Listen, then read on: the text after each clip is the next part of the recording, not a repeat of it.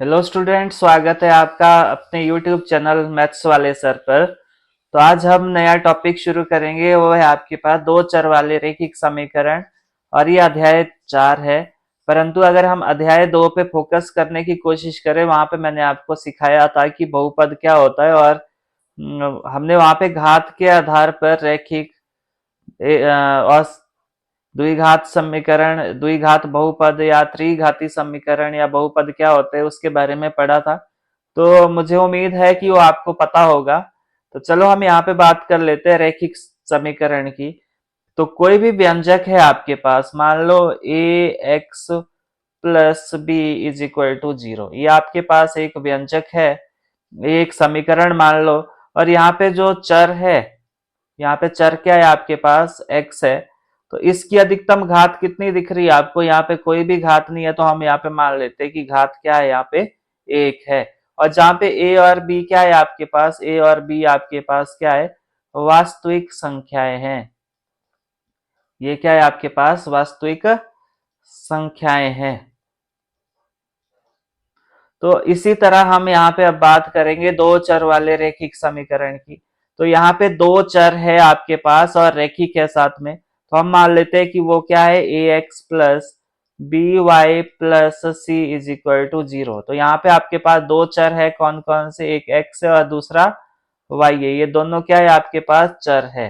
और ये A B C क्या है आपके पास, ए बी और सी क्या है, ये कोई वास्तविक संख्याएं हैं आपके पास। ये आपके पास क्या है, वास्तविक संख्याएं हैं।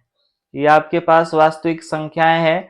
और यहाँ पे शर्त ये होगी आपके पास, ए और जो बी है वो नॉट इक्वल टू 0 होने चाहिए। और ये रैखिक क्यों है, क्योंकि यहाँ पे अधिकतम घात कितनी दिख रही है आपको, कुछ भी नहीं है, तो हम मान लेते हैं कि यहाँ पे घात क्या है आपके पास, 1 है। तो ऐसे समीकरण को क्या बोलेंगे आप, दो चर वाले रैखिक। इसको क्या बोलेंगे आप, इसको क्या बोलेंगे, दो चर वाले रैखिक, दो चर वाले रैखिक समीकरण बोलेंगे हम इसको। तो ये वाला जो है आपके पास, ये क्या है, दो चर वाला रैखिक समीकरण है आपके पास। और जो दो चर वाला रैखिक समीकरण है, इसके अपरिमित रूप से अनेक हल संभव हो सकते हैं। कैसे, फॉर एग्जाम्पल आपके पास एक चर यहीं रखो और दूसरा बराबर से पार को ले जाओ, ये सारा। तो माइनस सी और माइनस बी वाई हो गया आपके पास। और एक्स निकालना है तो जो ए है वो बटे में जाएगा, माइनस सी माइनस बी वाई बटा ए। अब आपको पता है कि ए बी और सी क्या है आपके पास, कोई भी वास्तविक संख्याएं हैं। ये आपके पास वास्तविक संख्या है, सिर्फ यहाँ पे y क्या एक चर है। तो यहाँ पे y की जगह आप कुछ भी वैल्यू रख सकते हो, 0 1 2 3 और आगे तक कुछ भी रख सकते हो। तो हर बार जब आप y की वैल्यू यहाँ पे इंट्रोड्यूस करेंगे तो हर बार आपको x की वैल्यू मिलेगी। तो इसके कितने हल हो सकते हैं, हल निकालने हो आपके पास। तो दो चर वाले रैखिक समीकरण में अपरिमित रूप से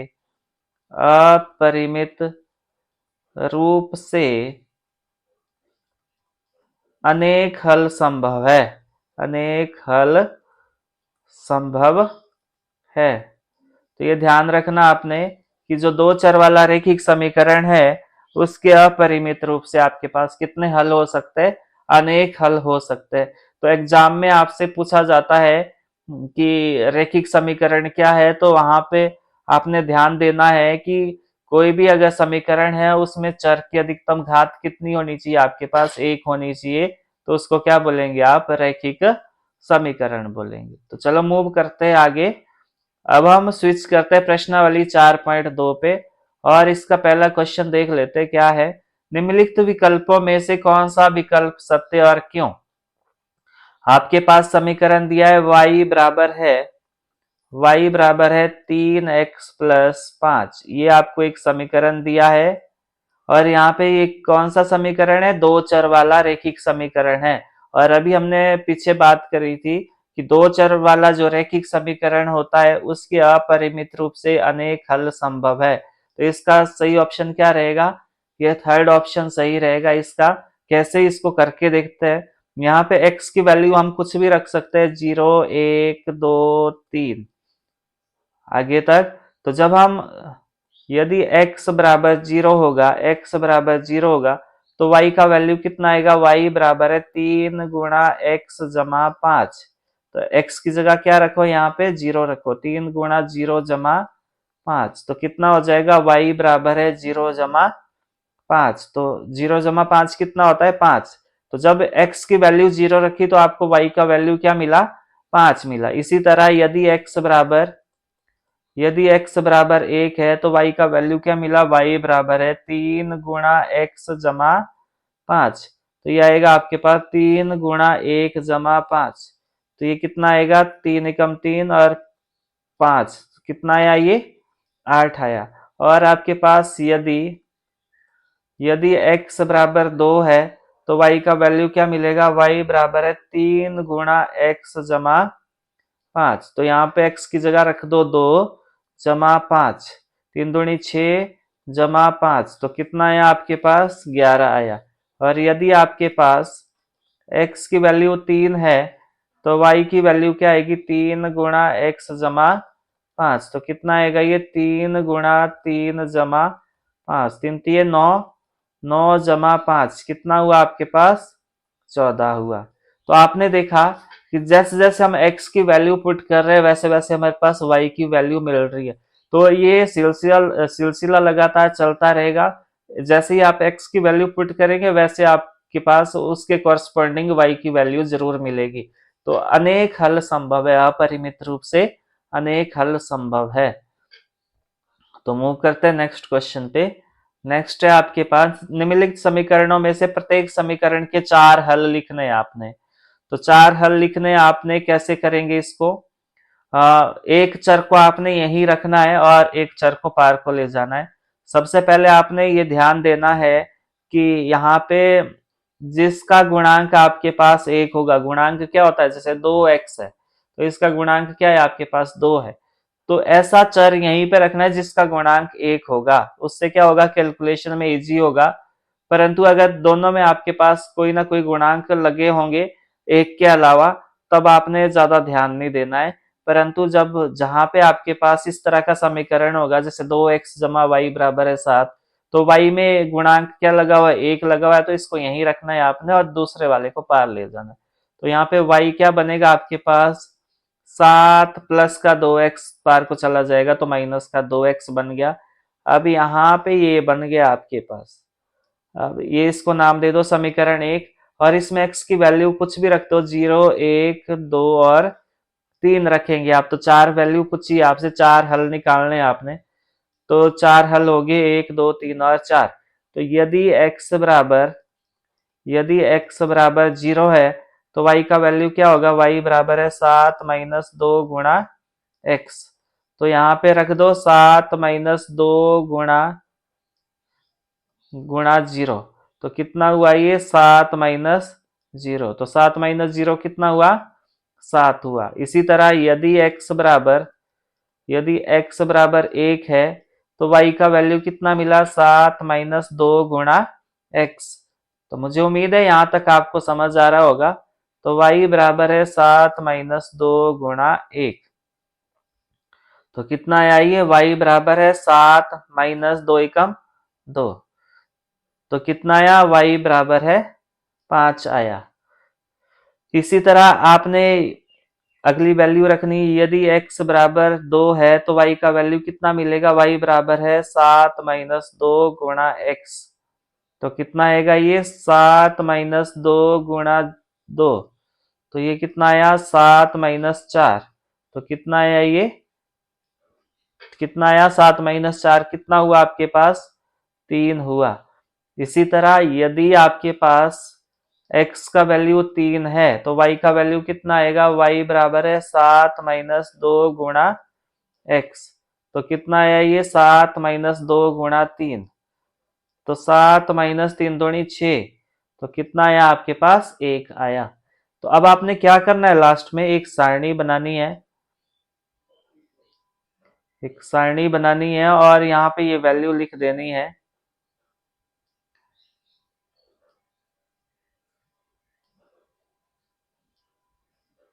यहाँ पे x लिख दो और यहाँ पे y लिख दो।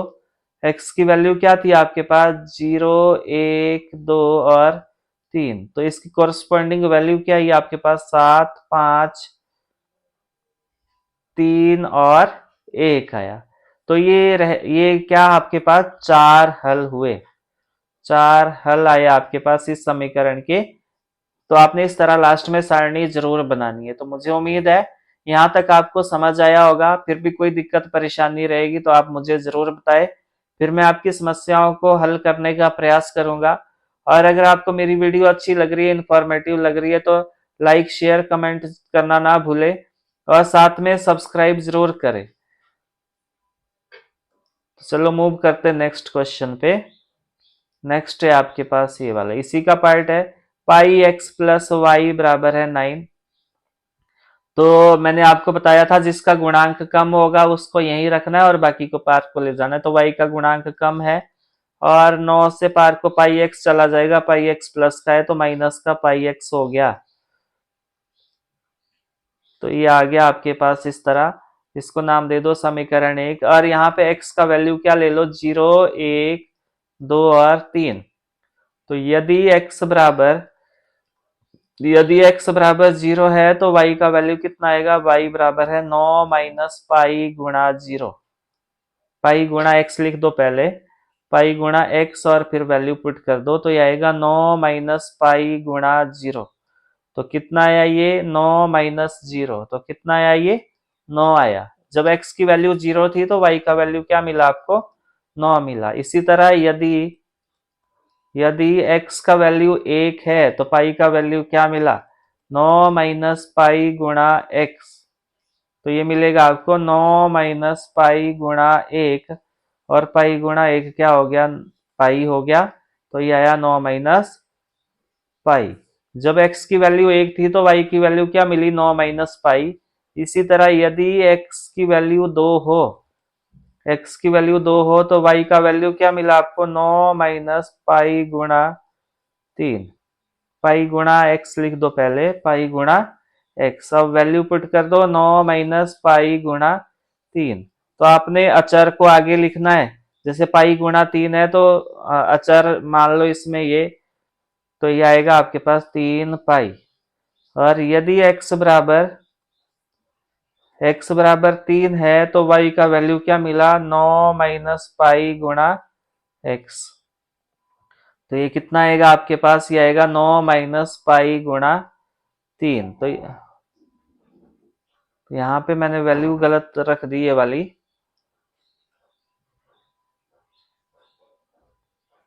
ये 2 था यहाँ पे, तो 2 लिखो यहाँ पे। तो यहाँ पे वैल्यू 2 था x का वैल्यू, तो ये आएगा आपके पास 2 पाई।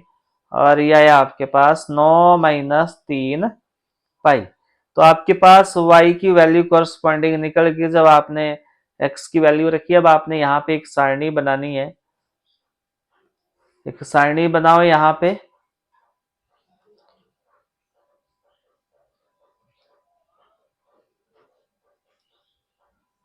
एक सारणी बनाओ और जो वैल्यू आपके पास आई वो यहाँ पे रख दो। तो मैं यहाँ पे सारणी बना दी है इस तरह, और जो वैल्यू है वो रख दो।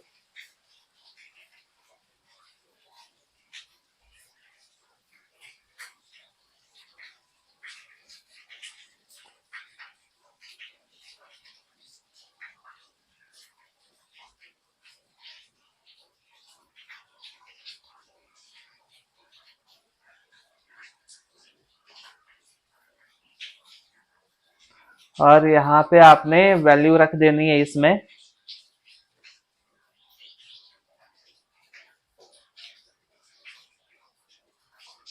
यहाँ पे x और y लिख दो। x की वैल्यू क्या थी? 0, 1, 2 और 3। तो आपके पास y की वैल्यू क्या निकली? पहले निकली 9, दूसरे पे 9 माइनस पाई, फिर 9 माइनस 2 पाई और फिर 9 माइनस 3 पाई। तो ये आपके पास 4 हल निकल गए। इसी तरह आपने थर्ड क्वेश्चन ट्राई करना है इसका। x बराबर है 4y, तो x बराबर है 4 गुणा y। अब ये यहाँ पे समीकरण नाम दे दो 1, इसको समीकरण 1 नाम दे दो, और यहाँ पे y की वैल्यू रख दो 0। यहाँ पे वैल्यू इस साइड वाली की रखनी है जो चर यहाँ पे होगा, जो आपने राइट हैंड साइड को चर लाया होगा उसकी वैल्यू इंट्रोड्यूस करोगे आप, और फाइंड आउट किसकी करोगे, जो लेफ्ट हैंड साइड को होगा आपके पास 0 1 2 और 3। तो यदि x बराबर, यदि आपके पास अब यहाँ पे थोड़ा सा और रहेगा, यदि y बराबर है 0, तो x का वैल्यू क्या आएगा आपके पास 4 गुणा y, यानी कि 4 गुणा 0। और 4 गुणा 0 कितना होता है, 0 होता है। 4 को 0 से मल्टीप्लाई करोगे तो क्या आएगा, 0 आएगा। और यदि x बराबर, यदि y बराबर 1 रहेगा तो x का वैल्यू क्या आएगा, 4 गुणा y। तो ये कितना आएगा, x बराबर है 4 गुणा 1, तो कितना आया ये 4 एकम 4। इसी तरह यदि y बराबर 2 रहेगा, y बराबर 2 रहेगा तो x का वैल्यू क्या आएगा, 4 गुणा y।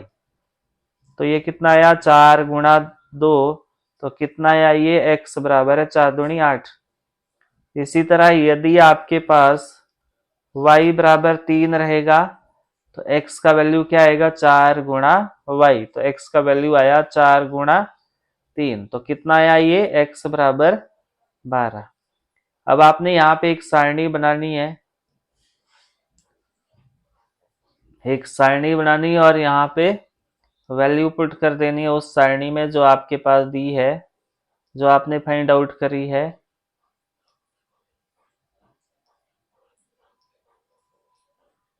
तो यहाँ पे x लिख दो और यहाँ पे y लिखो।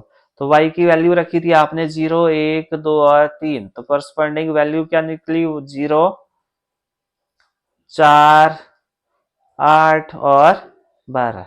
तो ये है आपके पास, ये 4 हल निकल गए। मूव करेंगे नेक्स्ट क्वेश्चन पे। नेक्स्ट क्वेश्चन है, निम्नलिखित बताइए कि निम्नलिखित हलों में से कौन सा समीकरण x माइनस 2y बराबर 4 के हल है या कौन सा नहीं है। तो आपके पास समीकरण दी है x माइनस 2y बराबर है 4। अब ये समीकरण है और यहाँ पे आपके पास वैल्यू दे रखी है, और ये बताना है आपने कि ये समीकरण का हल है कि नहीं है।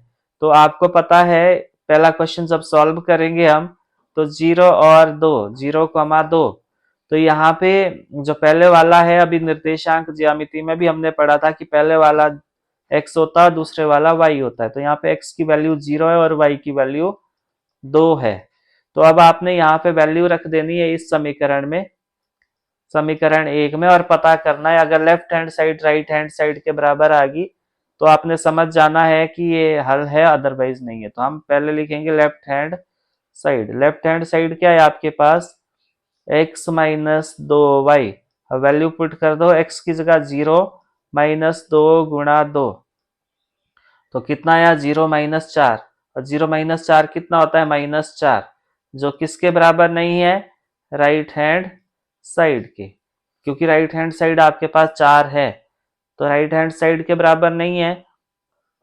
तो आपने लिखना अतः, अतः 0,2 समीकरण का हल, समीकरण का हल नहीं है, ये समीकरण का हल नहीं है। अब सेकंड क्वेश्चन ट्राई करो।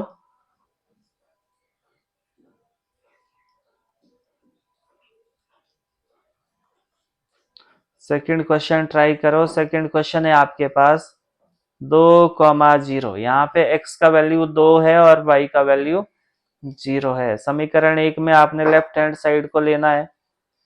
लेफ्ट हैंड साइड क्या है आपके पास, x माइनस 2y। तो वैल्यू पुट कर दो, x की जगह 2 माइनस 2 गुणा y, y की जगह 0, तो 2 माइनस 0 कितना आया, ये 2 ही आया आपके पास, 2 ही आया, which is not equal to right hand side. तो राइट हैंड साइड 4 आना चाहिए आपके पास। तो लास्ट में लिखोगे अतः, अतः 2,0 समीकरण का हल, समीकरण का हल नहीं है। इसी तरह आपने थर्ड क्वेश्चन ट्राई करना है। थर्ड क्वेश्चन देखो, 4,0। तो यहाँ पे x का वैल्यू कितना है, 4 है, और y का वैल्यू क्या है, 0 है। तो समीकरण एक से क्या मिला आपको, एक लेफ्ट हैंड साइड लोगे आप, लेफ्ट हैंड साइड क्या है, x माइनस 2y। तो ये कितना आया, 4 - 2 गुणा 0, y की जगह 0 लिखो। तो ये कितना आया आपके पास, 4 - 0, जो आया आपके पास 4, जो किसके बराबर है, राइट हैंड साइड के। तो लास्ट में लिखोगे अतः, अतः 4,0 समीकरण का हल है। इसी तरह चौथा क्वेश्चन ट्राई करके देखो, √2 और 4√2। तो यहाँ पे x का वैल्यू कितना है, x का वैल्यू है √2 और y का वैल्यू क्या है, 4√2। तो समीकरण एक से यहाँ पे आपने वैल्यू रख देनी है। तो लेफ्ट हैंड साइड सॉल्व करेंगे हम, तो क्या है, x माइनस 2y, x की जगह √2 -2 गुणा 4√2। तो कितना आया ये, √2 -8√2, जो किसके बराबर नहीं है, राइट हैंड साइड के। तो लास्ट में लिखोगे अतः √2 और 4√2 समीकरण का हल नहीं है। इसको और सिंप्लीफाई कर सकते थे, परंतु मुझे दिख गया यहाँ पे, तो मैंने तब नहीं किया। पर मैं करवा देता हूँ आपको कैसे और इसको फर्दर कैसे सॉल्व कर सकते हैं।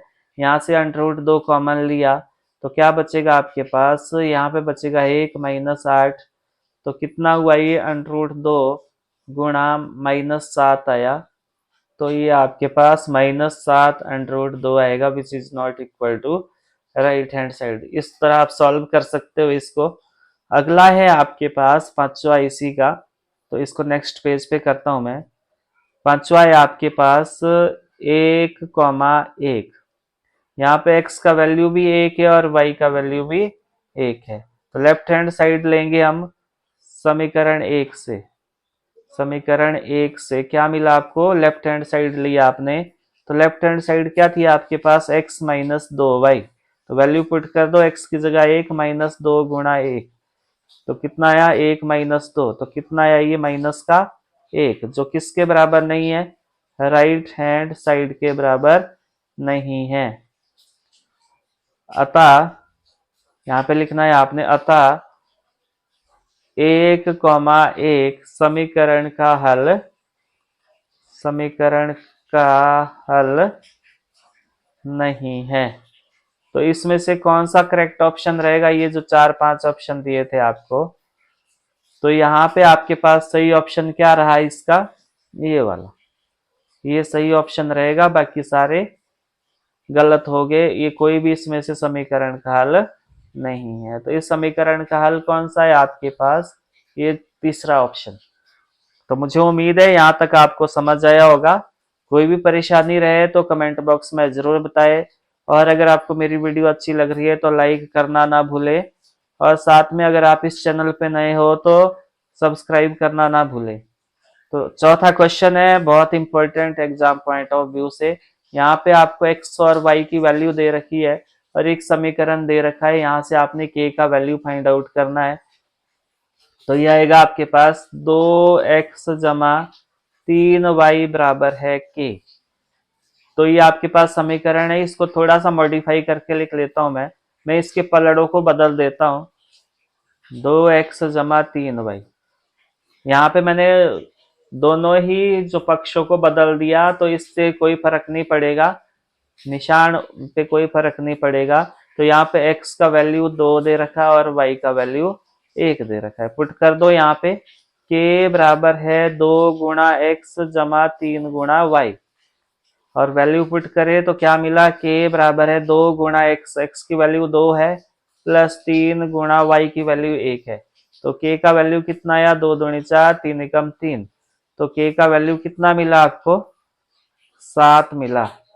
तो ये आया आपके पास के का वैल्यू। तो मुझे उम्मीद है आपको समझ आया होगा।